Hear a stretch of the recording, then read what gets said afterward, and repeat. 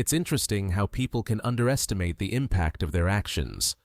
My name is Ryan, and the best way to describe me is as someone who loves and is generally polite, always striving to give his wife everything she desires.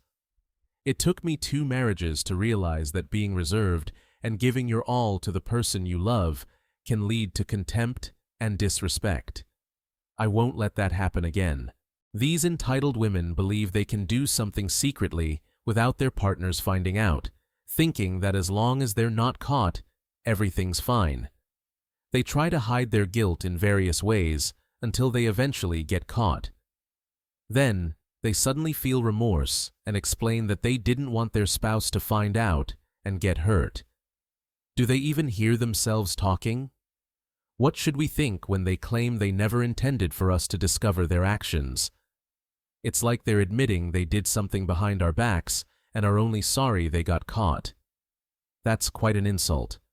I'm convinced these women can't grasp normal thinking.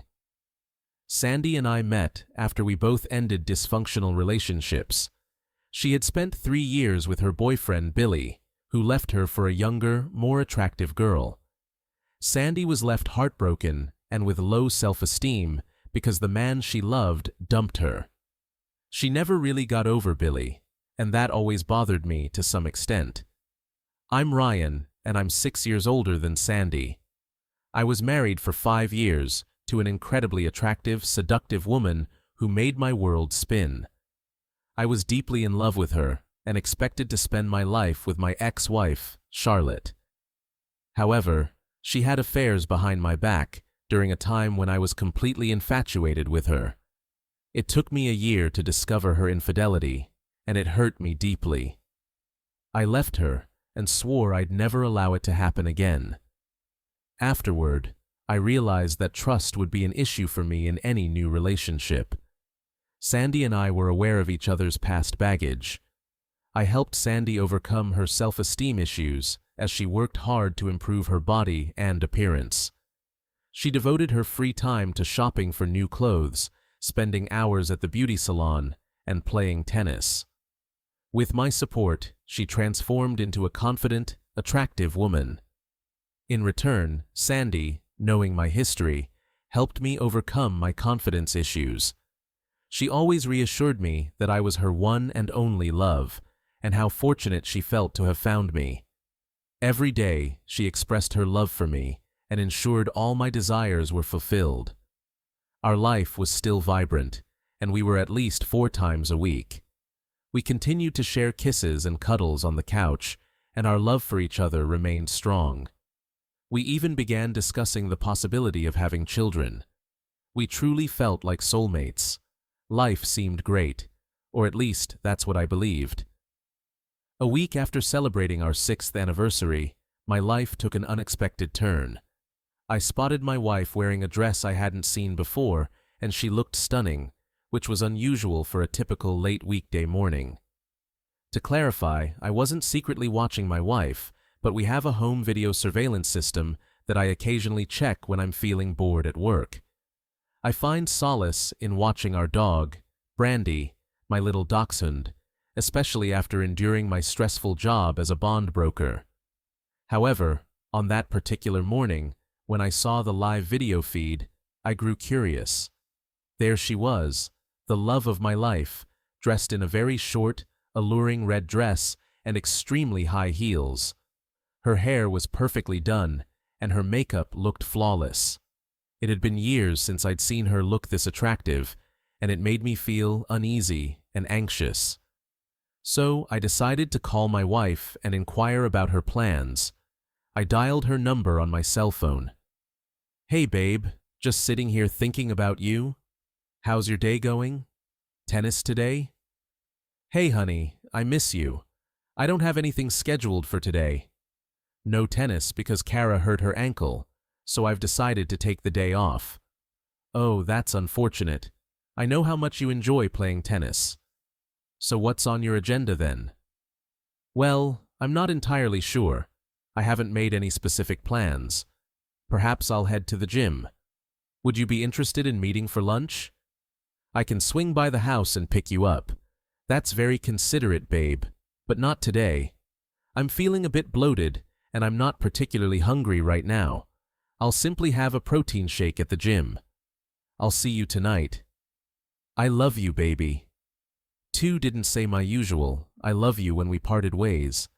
And I'm pretty sure she noticed, because I always say it before ending our calls. She lied to me, and I need to figure out why she did that. Some things are difficult to handle.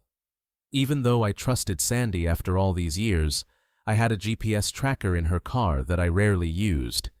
Initially, I installed it for security purposes, but sadly, I was now using it to spy on my wife. Right after I hung up the phone, I left my office, went to my car, and activated her tracker. She was heading downtown, so I followed her in that direction. My office was close to downtown, and 15 minutes later, I caught up with her. When I saw her entering the parking garage, I parked on the street and waited by the entrance for her to come out.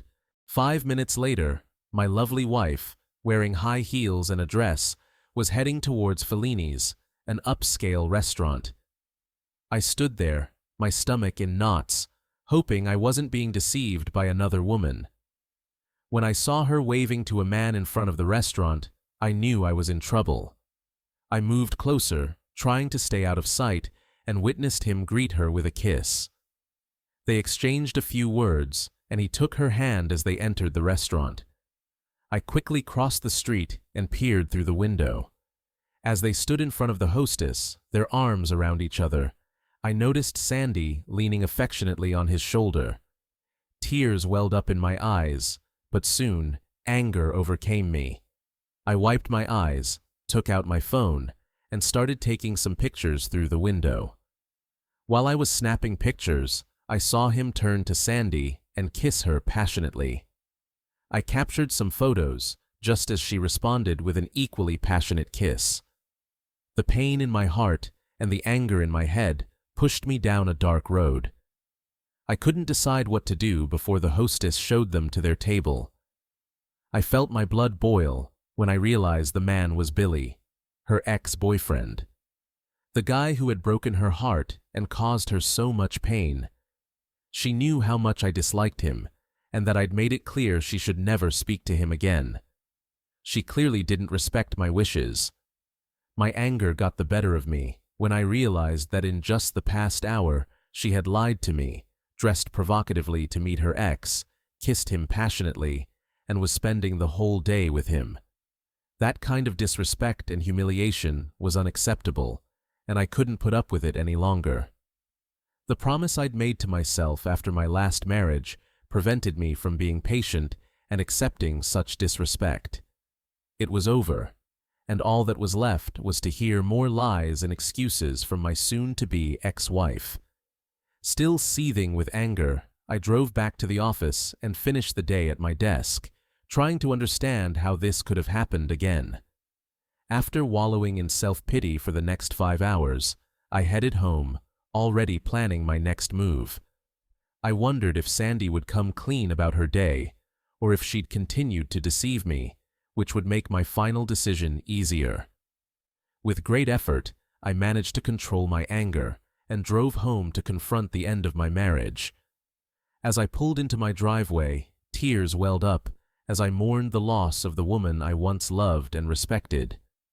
Sandy was setting the table for a delicious dinner, dressed nicely and acting affectionate toward me. When I entered the kitchen, she gave me a warm kiss and told me how much she had missed me. It felt like typical behavior of a cheating spouse. I thought she was trying to alleviate her guilt and make amends by showing more affection than she had in the past 6 months.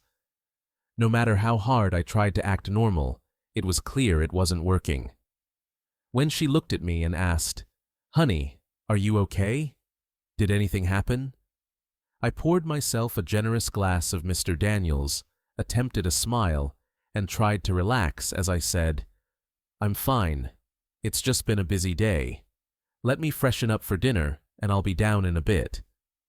In the bedroom, I changed and sat on the bed, sipping my drink and allowing it to calm my nerves.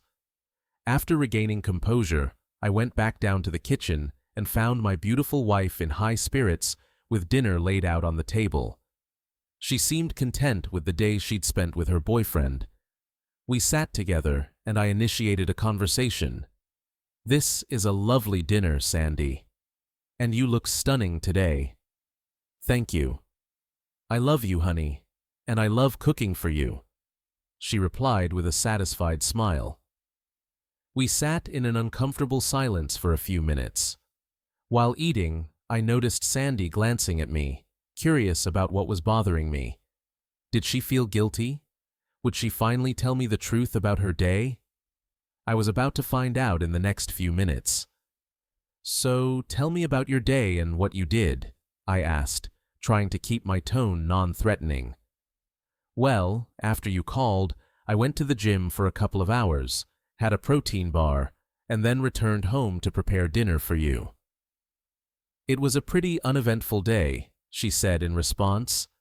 Seeing my expression and the tears in my eyes, she quickly shifted her gaze down to her plate. In a hushed tone, I asked, "So Sandy, how do you think we should handle this situation? Should we consult lawyers first, or would you like to try counseling?" "What are you referring to, dear?" "I'm talking about divorce, obviously," I replied. "Quit playing dumb." "What are you talking about?" "I mean the end of our marriage, divorce, separation, figuring out how to go through with it while still remaining friends." "I don't get it." "Why do you want a divorce?" "Seriously? I'll give you a few minutes to ponder that question before I respond." Suddenly she appeared anxious. Her hands fidgeted with her glass, and she avoided making eye contact with me. Several minutes passed in silence. "Were you trailing me tonight?" Number I fibbed, although I knew it didn't really matter. But for some reason, I didn't want her to know. "Why are you asking if I followed you? Is there something I should be aware of?" I could tell she was still bewildered and didn't know what to say. Typical of cheaters, denying everything. As expected, she asserted that nothing was going on and that she didn't understand what was happening. "Why are you bringing up divorce while wearing that sad expression?" I stared into her eyes for a while, hoping she'd be honest with me. After a prolonged silence, I said, "Well, let me show you what's been bothering me, Sandy." I unlocked my phone and displayed a picture of her and Billy kissing when they met outside the restaurant. That photo could be interpreted as a friendly greeting. I didn't want to reveal the other pictures until I heard more of her explanations. Her jaw dropped and tears welled up in her eyes. She began to offer excuses, of course. "Honey, I can explain. It was just a hello kiss. Nothing else occurred." "How did you get this photo?" "So, how's Billy these days?" "Let me explain how I got this picture, sweetheart. I was crossing the street, exiting a software store, when I thought I saw you walking hand in hand into a restaurant. I crossed the street and approached the window to see you with his arm around you. My initial thought was that it couldn't be you, but I was mistaken. It was you. My second thought was, why is she dressed so provocatively? She never dresses like that for me anymore. Then I realized you were with Billy, and everything became clear. I started taking some pictures just as you leaned in and kissed him. That's how I got this picture." In the next picture I presented to her, she had her arms around his neck, and her short dress was riding up, revealing her backside. "You looked incredibly attractive in that dress, and your hair and makeup were outstanding. Were you going to a modeling shoot, or maybe starting a new job as... Can you explain why you dressed that way for him? I can't recall the last time you wore something so alluring for me." She covered her face with her hands and cried, while I continued to gaze at her, waiting for an explanation. When she stayed silent, I went on. "My new S22 phone has an incredible camera with zoom capabilities. Look, let me show you," I said, moving closer to her left arm, wrapped around Billy's neck. I zoomed in on her ring finger, which was now bare of wedding rings, and brought the image up to her face. No wedding rings today? That's strange. I can't remember you ever taking them off during all the time we've been together. Today must have been a special day. Now do you see why I'm discussing divorce? You lied to me about your day this morning, removed your wedding rings, dressed provocatively to meet your old flame, and lied again about your day just now. You're sitting here lying to my face, telling me you went to the gym today and had nothing for lunch. You put on an outfit for your ex-lover and spent the day with him while I worked to improve our lives. You broke your promise to never see him again. You kissed and flirted with another man in public. You treated me like a fool and just lied repeatedly. I don't know if you slept with him tonight or anything, but honestly, it doesn't even matter. No matter what you say, in my mind, it'll be a lie. But your actions have shown me that you can't keep your promises, and you're willing to lie to cover things up. You tried your best to look appealing for your ex-lover, worked with him, and abandoned our marriage by removing your rings. Then you lied to me over and over. It seems to me that's a valid reason for divorce, and I think you know it. Sandy was deeply shaken. She hadn't truly considered the consequences until now. The way Ryan articulated it made her feel like she had been unfaithful, which had never crossed her mind before. Up until this moment, she had regarded it as harmless teasing and flirting, nothing serious. But for the first time since Billy had approached her, she realized that it had evolved into an emotional connection and could easily be seen as cheating on her husband, if not physically, at least emotionally. She continued to cry and realized that if the roles were reversed, she would react the same way. "What have I done?" she muttered to herself. Her heart ached, and she felt sick to her stomach due to the pain she had caused her husband. She had to get through to Ryan and save their marriage. "Ryan, you have to trust me. Nothing happened. We parted ways after dinner, but you have to believe me. Nothing happened. It was just lunch," she said, sobbing and searching for a way out. "I understand now how it looks, and if the situation were reversed, I'd feel exactly the way you do now. I'm so sorry. Can you please try to forgive my foolishness? It's more than just foolishness. Since you did this with your ex-lover, the one person you vowed to avoid, can you explain why you dressed like that for him without your wedding rings? Can you explain why you held hands and kissed him? Can you explain why you lied repeatedly to my face? Tell me, darling, does our marriage mean nothing to you? And yes, if the roles were reversed, I'm sure you'd feel very differently. Ryan, honey, we can't let our marriage crumble over something like this. Nothing really happened. He was in town and he invited me to lunch. I know I shouldn't have gone, and I'm aware of your jealousy, but we had a long history together. I thought one lunch after all these years wouldn't be a big deal. I guess I dressed up to show him what he missed. When he left, I kind of wanted to tell him right to his face what he lost and how happy I was without him. Remembering how he had left me back then still hurt, and I wanted a bit of payback. Yes. I kissed him, but it wasn't a romantic kiss, more like two friends meeting or parting ways. You have to believe me. I want nothing to do with him. Please, baby, let's work this out. I'll do whatever you want. Really, that doesn't mean anything. You'll do anything I ask. Hearing that she had a chance to save the marriage, she smiled, eager to hear what she needed to do, and said, "Yes, of course. I'll do whatever you want me to do, baby." "All right, Sandy. I'll give you one chance and just one chance. I have one request. Let me see your cell phone." "Why?" She looked at me with a puzzled expression. "Well, Sandy, if it doesn't mean anything, then show me your cell phone. I want to see if there are any text messages between you two and what you've been saying to each other." "No, you don't need to see that," she said, her gaze falling to the floor. She understood that if I read those messages, it would cause me pain and reveal things she'd rather keep hidden. That's exactly what I had in mind. So let's revisit my initial question. How should we handle this? Tears welled up in her eyes as she pleaded for forgiveness, promising never to repeat her actions. It dredged up painful memories of my first marriage.